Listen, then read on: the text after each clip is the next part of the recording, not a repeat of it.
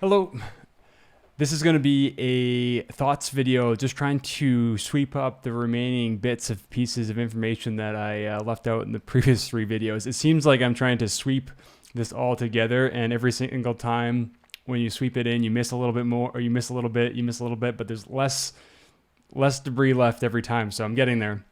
And actually, I think this whole thoughts thing, just this again, when we think about this brain earth idea and how to incentivize good ideas and then work off of them, I think something like this will be how it starts, where we have just ideas coming in and then somehow trying to incentivize and bring capacity of other people to these ideas, and then have placeholders for these things such that you can build webs, thought webs and innovation webs off of each of these thoughts. And throughout these webs, you have resources and time and ideas of other people to try to build these things. So in this case, in this thoughts format, I'm just going to try to efficiently get through 6 thoughts here that came up since the last video, and just trying to clear up a little bit of things that I think might have been a bit vague in the first video. And I'll do my best to be concise and move from thought to thought without getting too far down the rabbit hole, but we'll see. So the first thing I think that might have been not quite clear enough in the first 3 videos was in the value vector sense. I mentioned that each culture receives a token pulse, and this token pulse does not solve this problem of this resource growth value vector, because it's dissociated from the value of tokens is dissociated from the output, the quantity of tokens, sorry. But the value of tokens, of course, if people so choose to believe in the resource growth value vector, then that the value of each token will increase with the output in terms of units or seconds of attention captured in the digital space. But that having that constant token pulse can assist in the divergence from resource growth value vector. But really, the fundamental thing that needs to happen here is the belief system of people need to adjust. And what I mean by that is, when you think about a public company, this is the best way to explain this, I think. If you think about a public company, they have shareholders, and their shareholders are responsible for doing everything they can to, these guys invest, the shareholders, when they look at the results of a company, they are more prone to invest in the company if they see output that they like. And this is units of output, revenue, and of course profit, which is just like I discussed in the unit economics. This is tied to the output in terms of units of the company. So it's not the company or the shareholder, it's the belief system of the people, really, is where I'm going with this at the end of the day.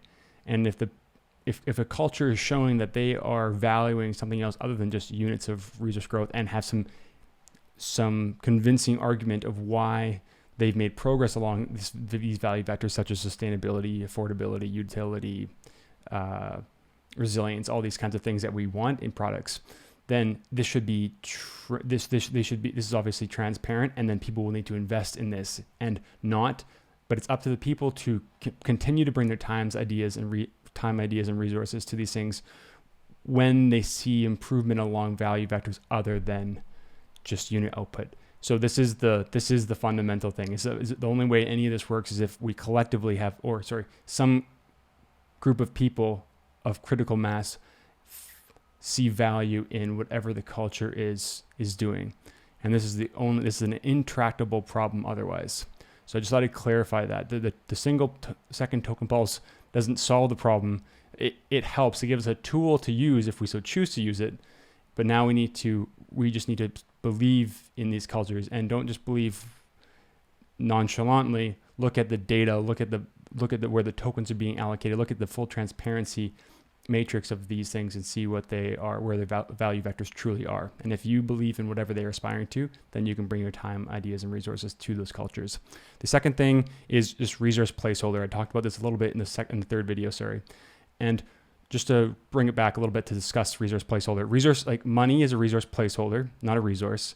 And it was used in early times, or I guess throughout all of time, since trade has started, just to reduce trade friction and reduce and increase trade liquidity or fluidity and prevalence, I guess. Because if you didn't use this resource placeholder, you'd be waiting for two parties to both have a resource the other wanted. So if you think about going to get a cup of coffee, what are the chances that if you get that resource from the coffee house, then you receive the coffee resource, but what resource can you give the coffee owner that they want?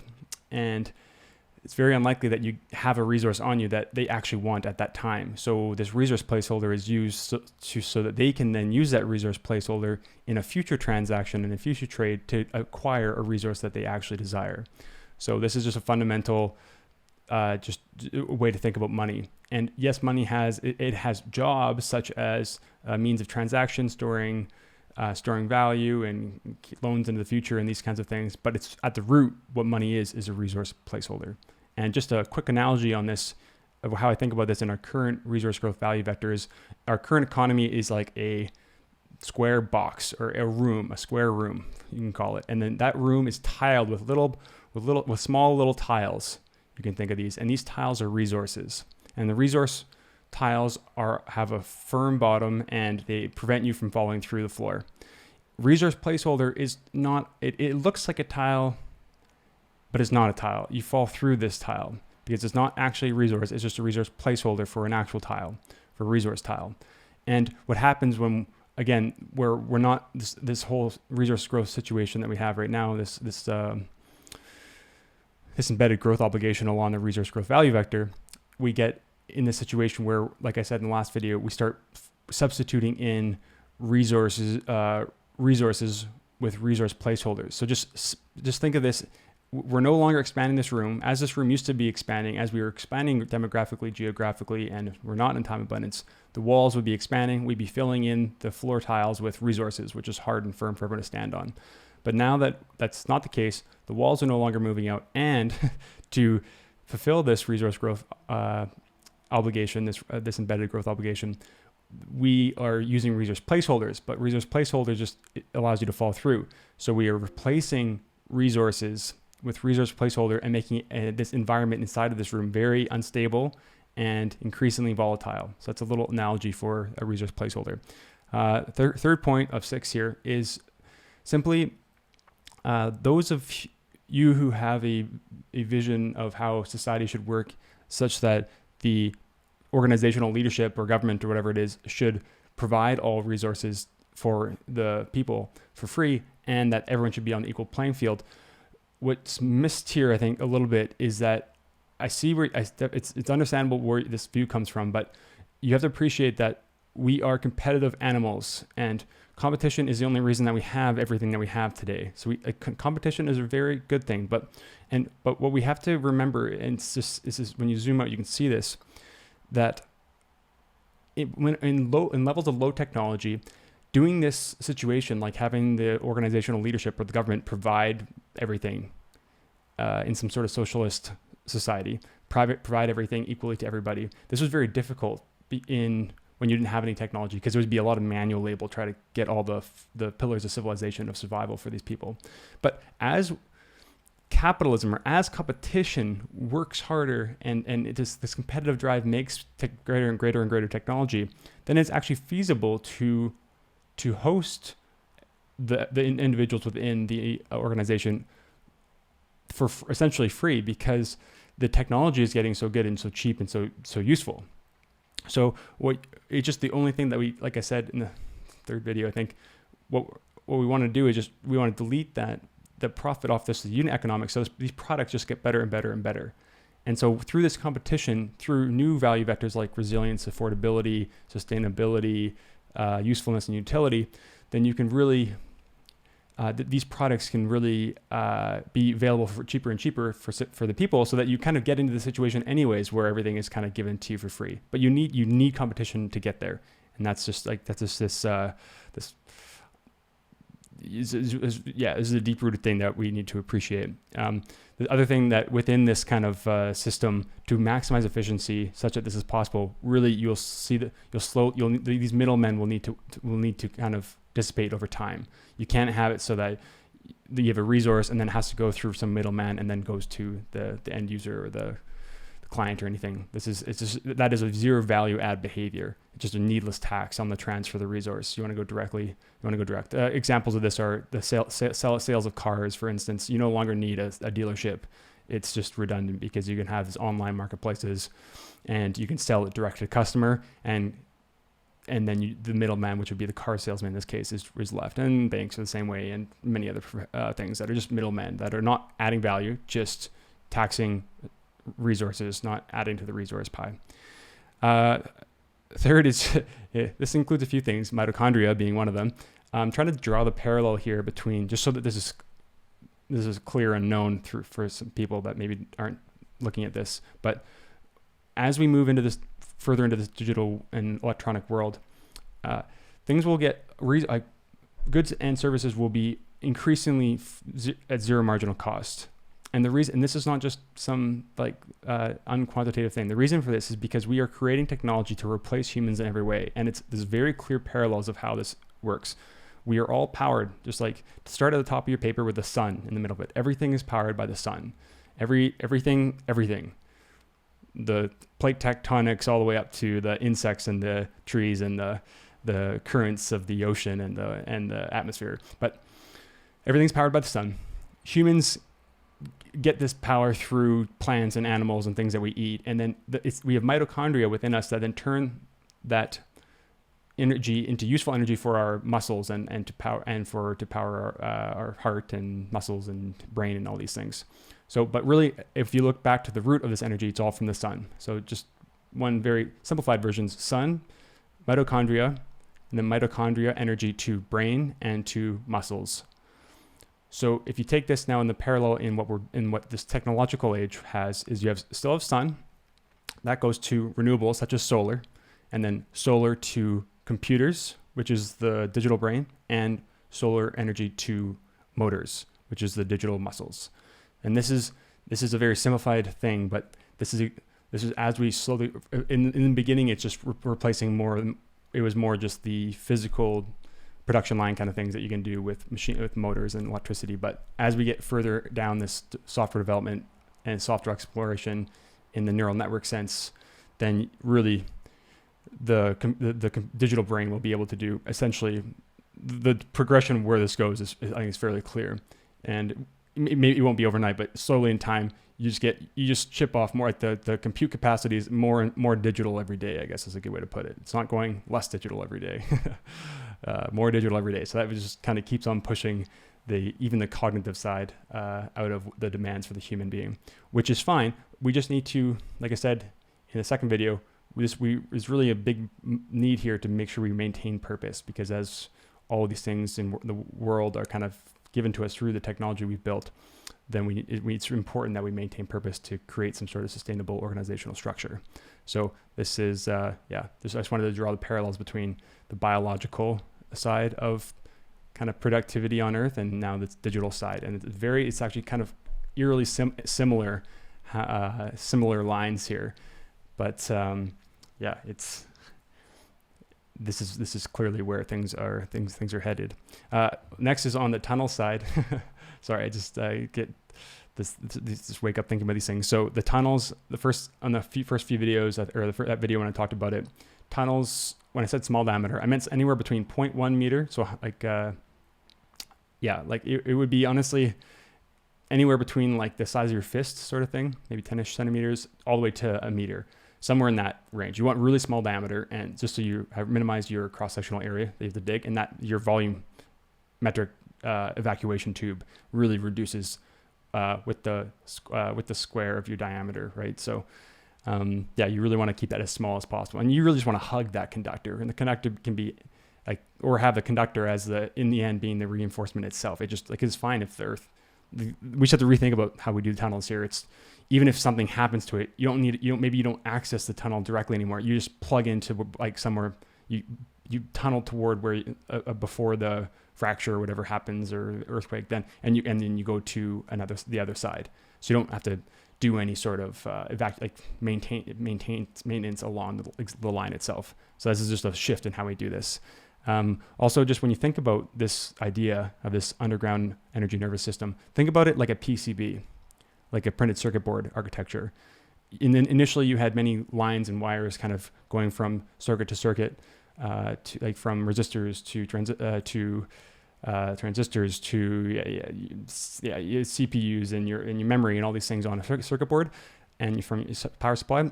But eventually, it was just way better to print it into the substrate there of the board.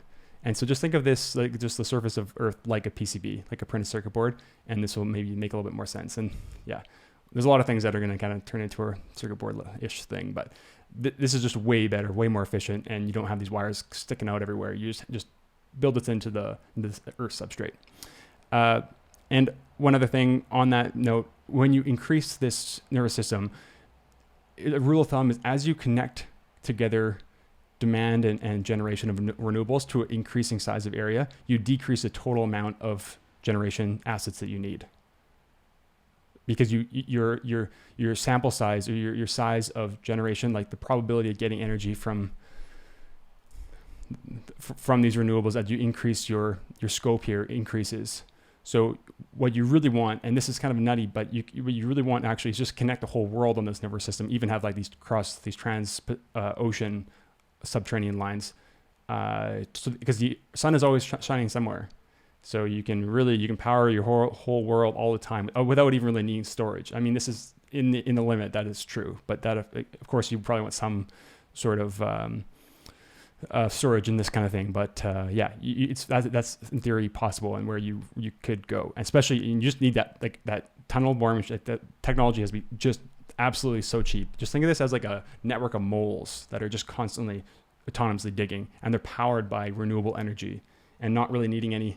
Like if you use the conductor material itself as just like, and the tunnel just kind of like, that is the full tunnel.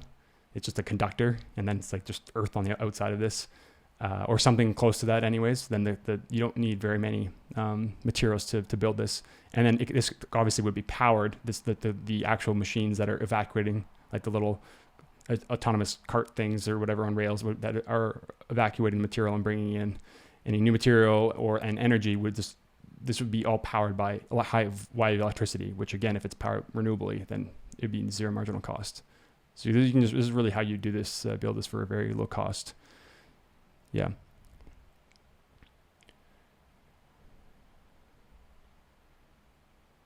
And just when you think about energy again, generation in the renewable sense, yes, agree with all, like there's all renewables are great, but just when you think about from a mechanical engineering standpoint, you really don't want things to move. Static is always better than dynamic, just because there's mean time to failures decrease, and you have like these they have like certain cycle lives and stuff like that when there's moving parts. So just generally speaking, no matter if it's energy or otherwise in life, when you're building stuff and designing, you really want to delete moving things. Those things just break. So, and this is why from a physics standpoint, just photovoltaic panels are really a winner here, because you just don't have any moving things. At the larger atom, like at the larger level. Of course, you have electrons bouncing around, but yeah, you really just don't. You want less moving things, the better. So sure, you can have a suite of technologies, but I think in the long term, most cost-effective way, just with the least amount of maintenance and all that kind of stuff, will just be photovoltaics. But you can have some suite of renewables. Lastly, here, just onto the culture side of things of just talking about the token generator. I don't think I mentioned this, but there is no founder share in these cultures. Token, like a good culture, a good resource allocator they would allocate resources to the founding group or whatever fairly, such that they are just, so they have to work for it too. It's not like because they're just the founders of this thing, they can just magically have all of this capital coming in, which seems like a common belief system these days. Like they have to work for it as well, and if they work hard and they earn it, then they receive the tokens. Anyways, this would be a characteristic of a symbol of what a good culture like that has well intentioned and honest and would do. This seems like what good leadership would do, not just divert a whole number of tokens to them and then do some big pump thing and dump. So you really want tokens to be allocated based that are proportional to the magnitude of progress that individual or group is making along their value vectors. And just to cap off here, a lot of blockchains these days use this talking point that the creators that work on, say, YouTube or whatever, that it'd be better for their content to be stored on their chain because then they can retain ownership and 100% of the tokens get to go towards the creator. This is all great, but the problem, again, this is what we want. We want the owners, the content creators to maintain, to be rewarded directly, and don't want this content to be owned by some third party like YouTube or anything. But the problem again with blockchains is just the server inefficiency. So because sure, like they can maintain ownership, but when you put your content on this blockchain, because it's so inefficient, a lot of that of the tokens then are going just to the server operators here. So it's the right direction, but again, because you have this intractable efficiency problem, then the creators do not get the amount that they should, because so much of that resource is going to, so much of the tokens are going to just to the server operators. So centralize that server and solve that problem. Earn trust through absolute transparency, decentralized ownership, and true cryptography. Yeah.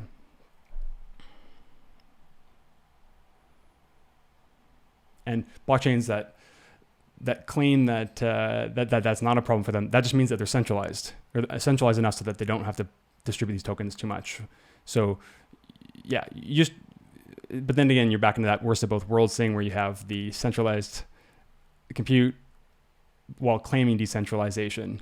So it's just stop with the nonsense about the decentralized compute if that's not what you truly mean. Some blockchains mean that truly, and they have their full, just their currency thing on that, and it doesn't need to evolve. That's amazing. That's fine. But when you're claiming decentralization, but rapidly updating your build environment, and you have a small amount of servers, you're just essentially you might as well just be a centralized server, and that reduces your complexity, increases your efficiency, and then you can go on to build and solve harder problems. Good. So that's all the thoughts I had for now.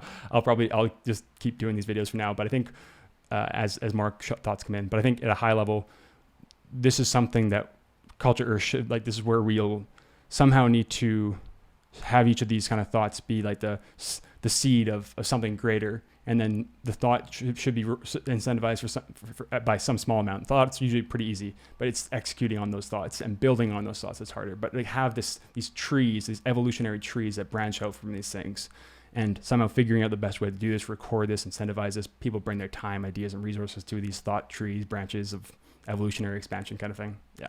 So that's all for now, and we'll talk to you in the next one.